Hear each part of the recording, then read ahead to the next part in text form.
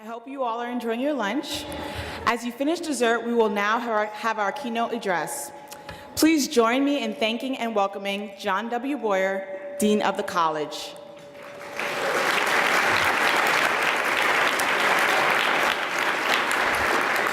Dean Boyer has served as Dean of the College for over 20 years and is currently in his 5th term. During his tenure, he has been instrumental in improving the quality of student life, including the creation of programs like Taking the Next Step. Without further ado, Dean Boyer.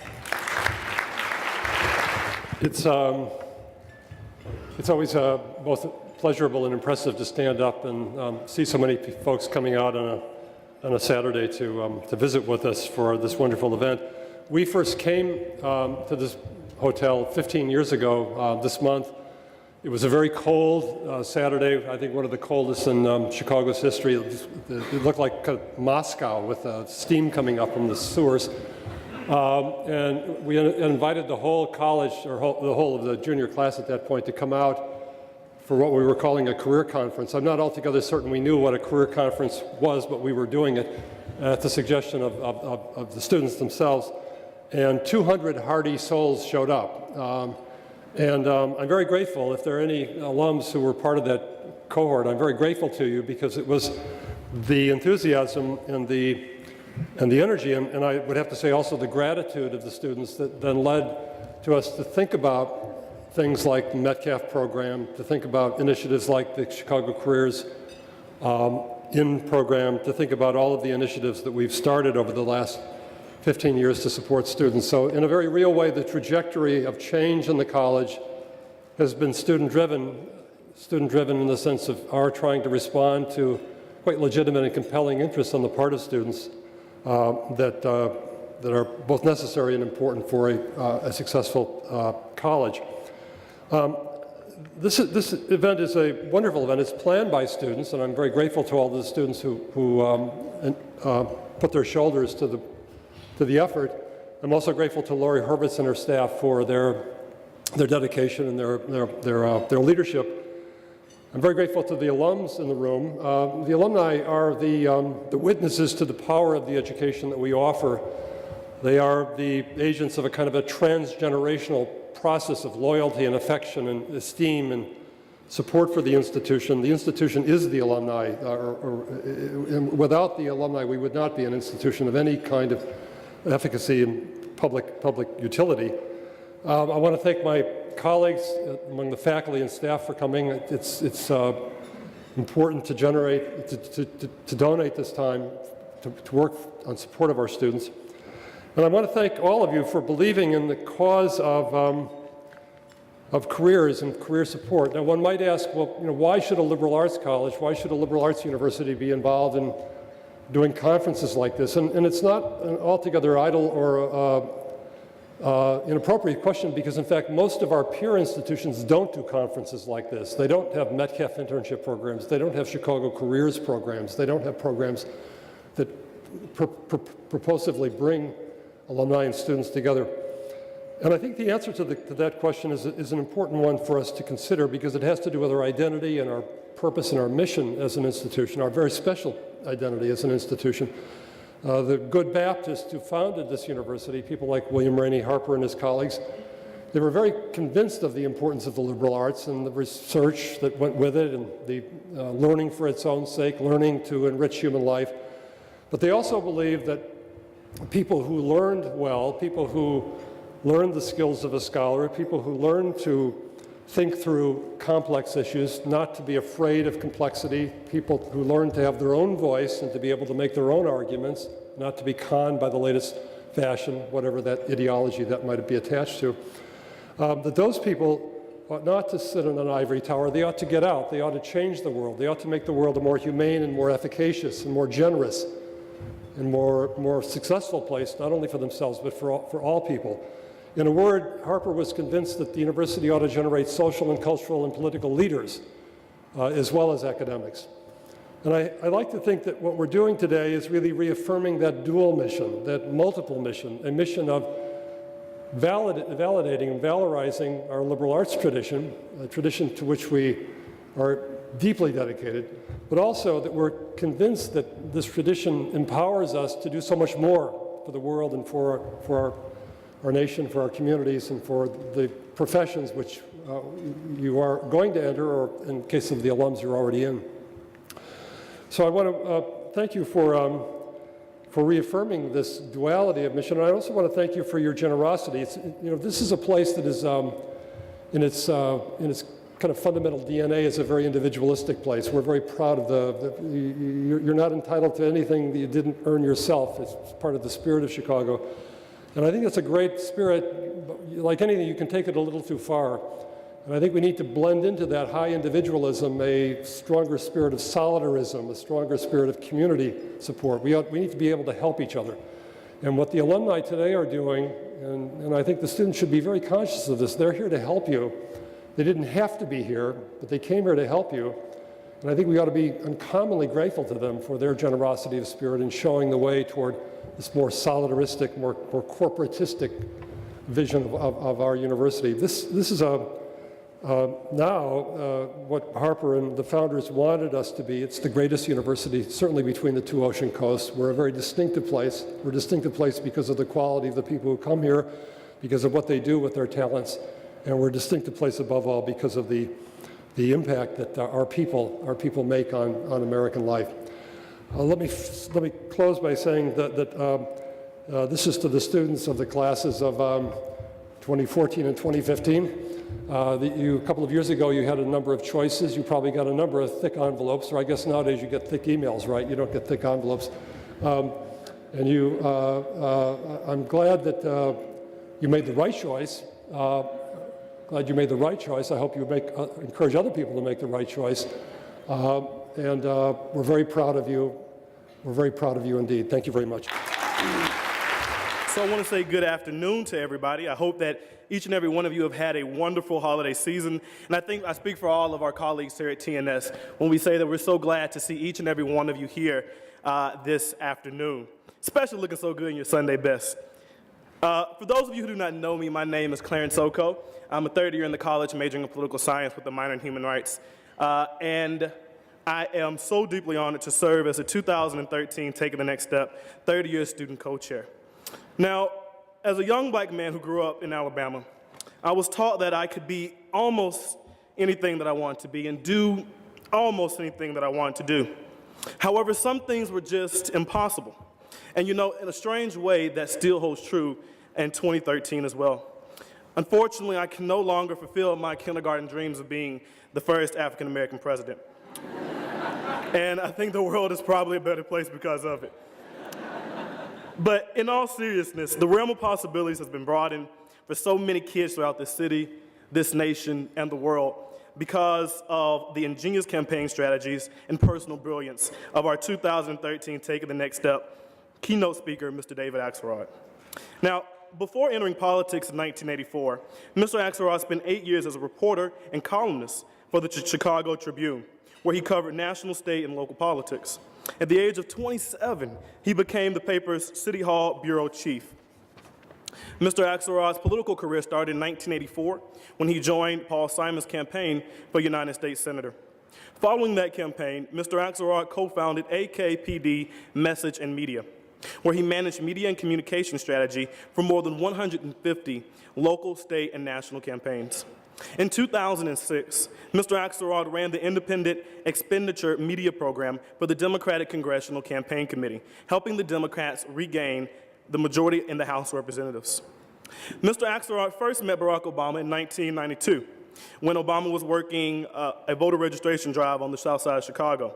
In 2004, when Obama was an Illinois state senator, Mr. Axelrod helped him defeat 6 other Democrats in the primary and go on to a landslide victory in the general election for United States Senator.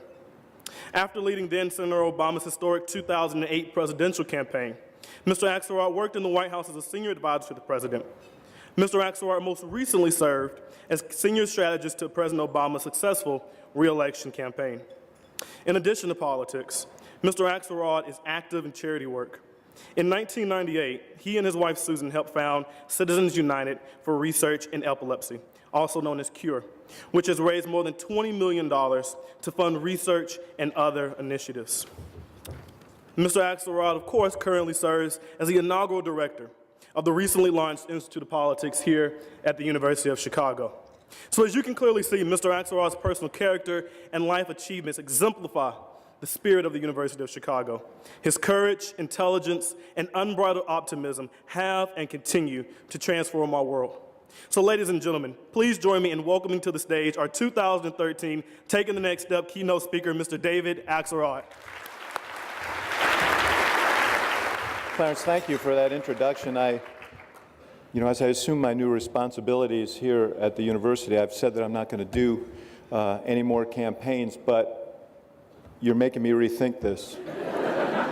I have to laugh, I must say, about being, I'm honored to be the keynote speaker, but I'm thinking about my professors. I was a freshman 40 years ago, and I'm thinking about my professors, many of whom are looking down on us today from that great quad club in the sky, and they're saying, him? What's he doing there?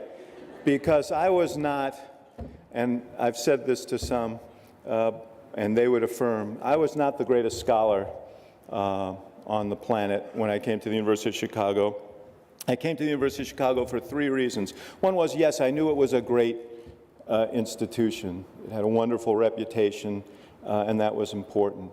The second was some advice I got from my homeroom teacher at Stuyvesant High School in New York City, who told me that I should draw a radius around the city of New York and choose a school outside of 600 miles, choose a school outside that line because my parents would never surprise me with a visit if they had to pay for a plane ticket. But the third reason, and maybe the most compelling to me, was that I was a young person who was deeply interested in politics, even as a child. When I was 5 years old, John F. Kennedy came to New York in 10 days before the very, very tight 1960 presidential election, and a rally was held in the housing development where I live, Stuyvesant Town in Manhattan. And the woman who took care of me when my mother was at work, wonderful woman named Jessie Berry, who was classic story, American story, came up from the South, not much formal education, very wise person, and she thought I should see this. So she took me out and put me on top of a mailbox, and I watched as 20th Street filled in, this great canyon filled in with people, and this young, charismatic Senator Kennedy spoke about America and the future and what our obligations were and what our challenges were. And obviously I was 5, I didn't understand a lot of it, but I did understand that this seemed very, very important and vital, and I started paying attention to all of that. And I was a freakishly young campaigner in the 60s, working on various campaigns in New York. So by the time I was ready to choose a college, I wanted to go someplace that had a vital political life. And Chicago had been the home of the 1968 Democratic Convention, which was historically chaotic and meaningful. But it also was the home of the last of the big city machines, the Richard J. Daley machine. And I thought this would be a fascinating place to go to school and to study. And what I found when I came to the University of Chicago, and I'll say parenthetically, I'm so impressed with what John Boyer has done at this college, because when I came there were virtually no outlets for someone who had my interests. I always joke that I could scarcely find someone who was willing to talk to me about something that happened after the year 1800. And I wanted to, I was so interested in studying what was going on around us. We lived in the heart of the South Side. There were all these issues percolating up at the time. The machine was in its final throes. Fascinating stuff. So my classmates were studying Thucydides and Weber, and I was studying Vito Marzullo and Dan Rostenkowski and all the old figures of the old machine. And because I couldn't find outlets in the classroom for this, I started writing. I decided I was going to become a journalist. I went home to New York City in the summer of my freshman year, and I went to about 75, I think it was probably 75 different newspapers and all kinds of media outlets begging for work. And I finally found a newspaper, a little community newspaper called The Villager in Greenwich Village that was so down on its luck that they were willing to offer a complete novice $50 a week to do everything. And I did, and I actually stayed an extra quarter. I stayed for 6 months. When I came back to Chicago, I used that to leverage myself a job at the Hyde Park Herald, where the political columnist was leaving, and improbably they gave this 19-year-old kid a chance to write about politics. And I wrote for the Maroon, and I wrote for everybody I could. This goes to my first point. This took up a lot of time that I should have been spending in the library.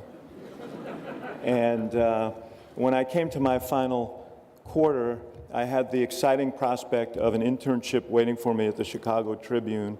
Highly unusual because I didn't have a journalism degree, but based on the work that I had done, they offered me an internship. So that was on the good side. On the bad side, I had 5 incompletes and 4 courses to finish. And I worked day and night to finish them. I got them done just in the nick of time, and only to be confronted by a particularly sadistic registrar who said, almost a character out of Dickens, said, "You haven't passed your freshman swimming test." So I ran to the gym. I confess I wasn't that good a swimmer. I went to the gym. I found a coach. I said, "Give me this swimming test, and if I start to drown, just let me go." I said, because I don't want to explain to my friends and family that I didn't graduate because I didn't pass the freshman swimming test. I went on to the Tribune, had a wonderful experience there. At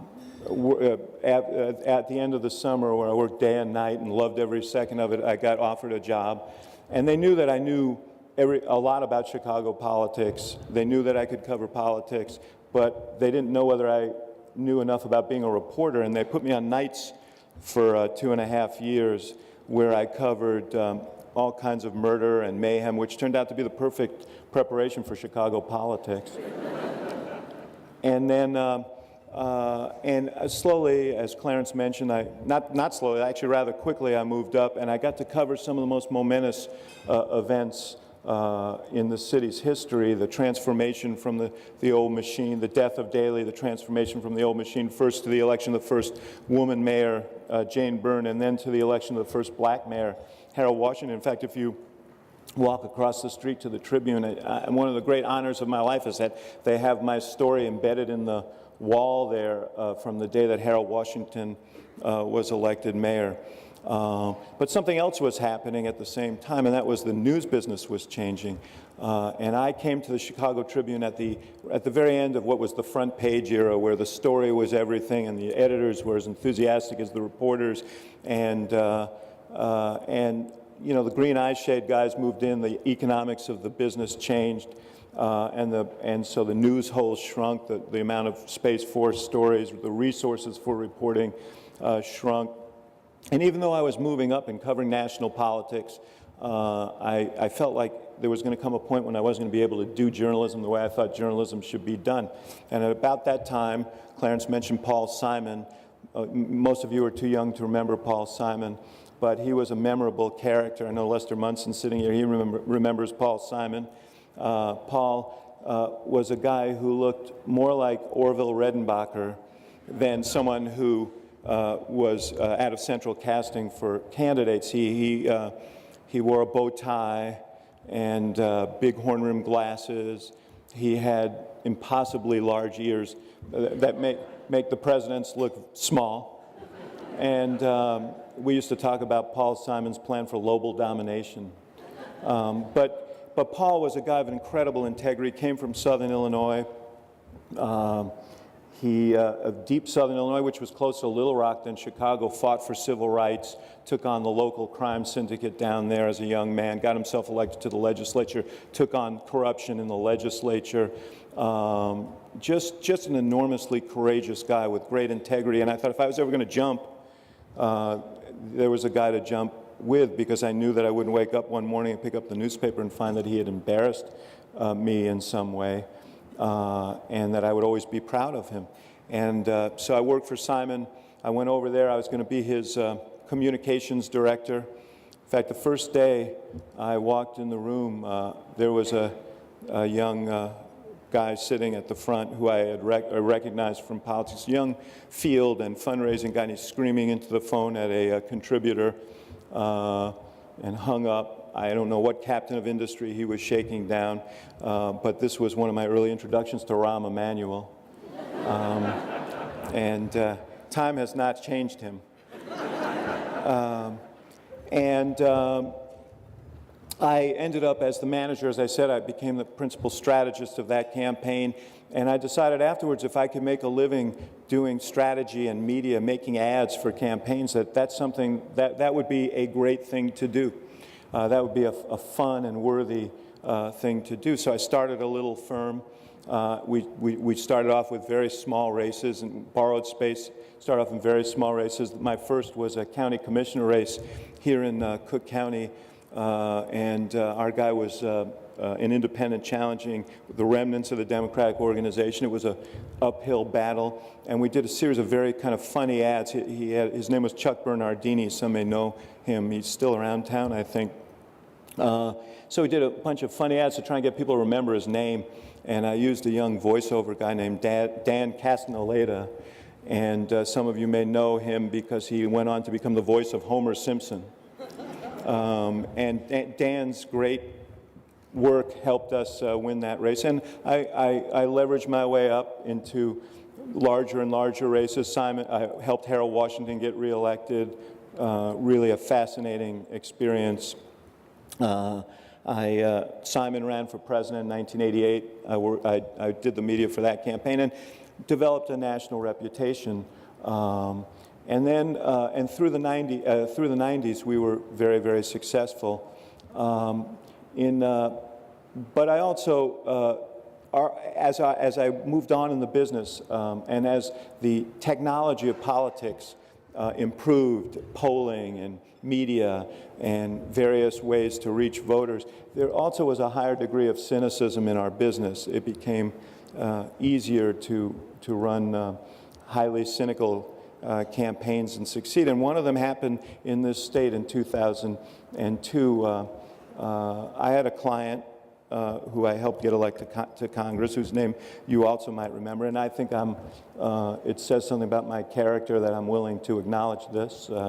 But Rod Blagojevich was actually a very, charming young legislator when I met him, and he was running for Congress. Then he wanted to run for governor. In 2002, there was a vacancy, and I said, well, why? And he said, well, you can tell me why. You can help me figure that out. And I said, if you don't know why, then you shouldn't run. I can't tell other people why you should be governor if you can't tell me why you should be governor. But he hired some other very smart people. They ran a highly cynical campaign. He ran as a reformer. Honest to God, and there are those who are here who will remember that, because our last governor is also in prison. Not a great endorsement of the land of Lincoln. But I was really, all of this caused me to think about whether I should think about the next act. I was teaching up at Northwestern, or as John calls it, Brand X. And I liked that, and I enjoyed the interaction with young people, and I thought, well, maybe I should make a transition to that and documentary making. And about that time, I got a call from Barack Obama. Now, I'd known, as Clarence said, Barack Obama since 1992. This is an absolutely true story. A friend of mine called me up named Betty Lou Saltzman, who's a kind of a doyen of liberal politics in this town, in 1992, and she said, I just met the most interesting young man, and I think you ought to meet him. Obama had just come back from Harvard Law School. He was working on a voter registration drive. I said, well, I'm happy to meet anybody you think I should meet, but why do you think I should meet him? She said, I have a feeling he could be president of the United States someday. And so as you can imagine, whenever I go to the track now, I take Betty Lou with me. And I watched, I didn't work with him because he didn't need my help through the 90s, but I watched him become a very exceptional legislator in Springfield, working on extraordinarily important issues and building bipartisan coalitions behind them. His first bill was to get the legislature to change a law that allowed public officials to take their campaign money and keep it for their personal use, as long as they paid taxes on it. So you could raise $100,000 and spend it on yourself, which a lot of people, right-thinking people, thought of as legalized bribery, but a lot of legislators thought as tipping, And so they didn't want to change the law, but he got them to change the law. He helped rewrite the welfare laws in this state in a very progressive and thoughtful way. He helped do a lot of things that made a big difference. So I had a high regard for him. And he called me in 2002. He had lost a race for Congress in 2000. He called me in 2002, and he said that he wanted to run for the United States Senate. And there were, as was pointed out, many candidates in that race. He was not by any means the most highly rated in terms of his chances of those. He was sort of a long shot candidate, but I thought if I could, and I had been approached by other candidates who were better funded and better known, but I thought if I could help Barack Obama get elected to the United States Senate, I had this conversation with my wife, that would be something I knew I could be proud of for the rest of my life. So we started off with our little tin cup, traveling the state, trying to persuade people that he could get elected, and little by little, a movement began that was the foreshadowing of what we were to see nationally in 2008, and he won the election, and then we had no intention of running for office in 2004. We had no intention of running in 2008,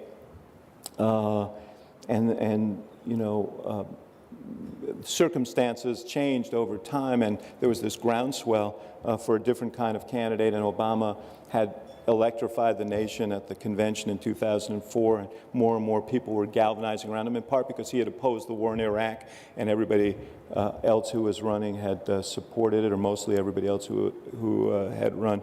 And so he ended up running for president. We had this incredible 2-year odyssey, 2007 and 2008, won the election, and then he asked me to come to Washington with him. I was very hesitant.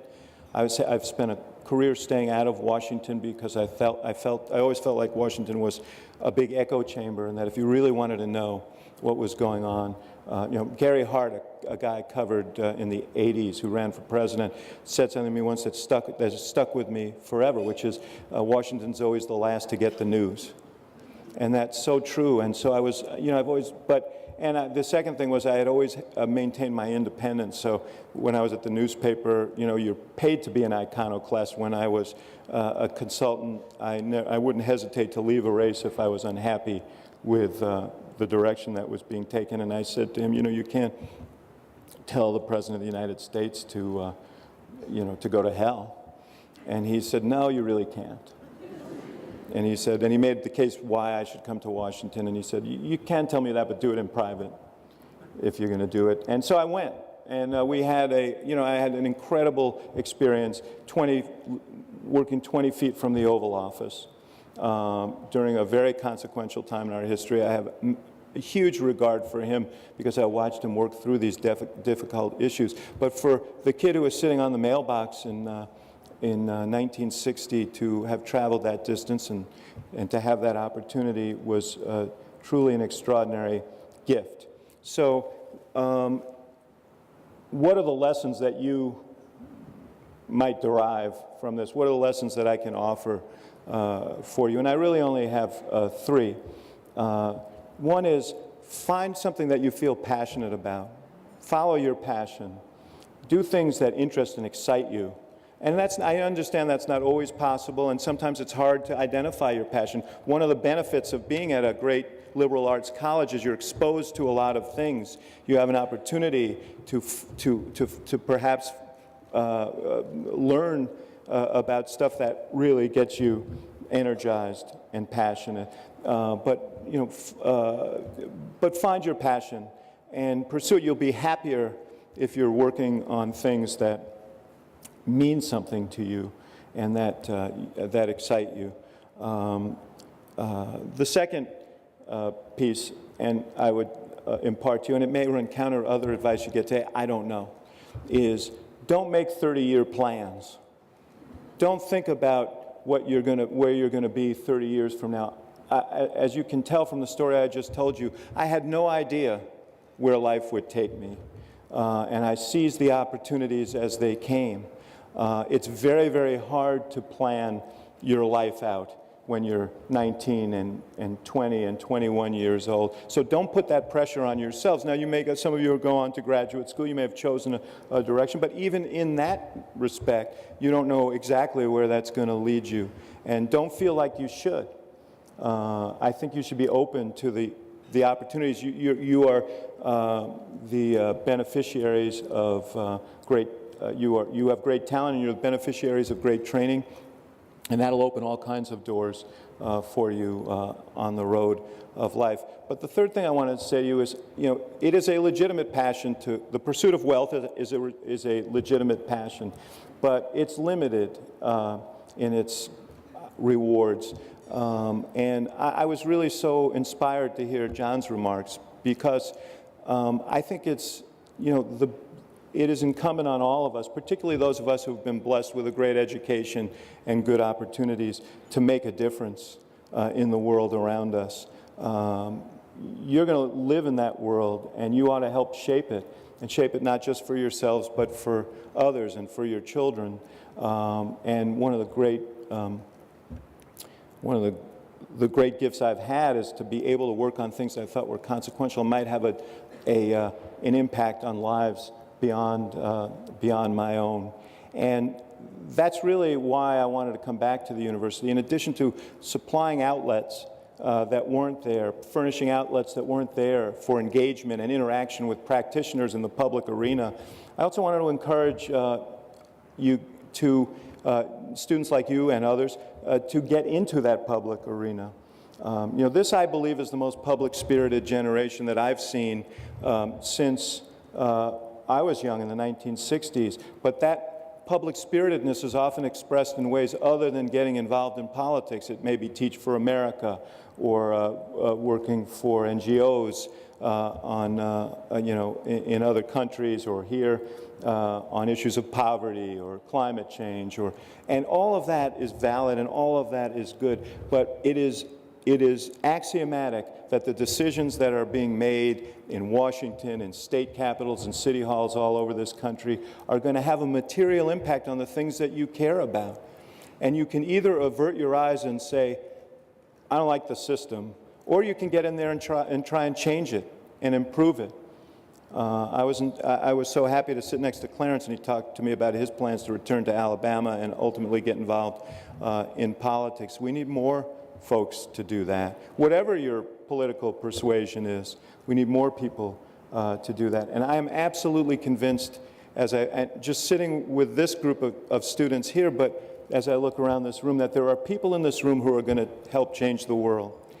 And I don't know, you can look around and try and decide who they are. But I'm sure of it, because this is such a group of talented young people here. And my admonition to you is to be one of those people. Go out there and change the world. So thank you very much. Thank you, Mr. Axelrod, for sharing your words with us today. And thank you to the other alumni that have joined us. My name is Stephen Wendeborn, and I'm the class of 2015 chair. I would once more like to thank you for attending the 2013 Taking the Next Step conference. So far, you have had the invaluable opportunity to hear the wise words of alumni from all over the country, each of whom were able to make the transition from college life at UChicago to a fruitful career. I hope that you all have the chance to socialize with them before you head out to the afternoon panels. By the end of this conference, you will have made valuable connections with many alumni in your desired field, and also with the fellow students that are looking into similar career paths. The contacts that you formed today have lasting potential for support as you progress through your college career to a fulfilling job. Please be sure to thank the alumni for sharing their time with you. And remember to not fixate wholly on your careers, but to connect on a personal level.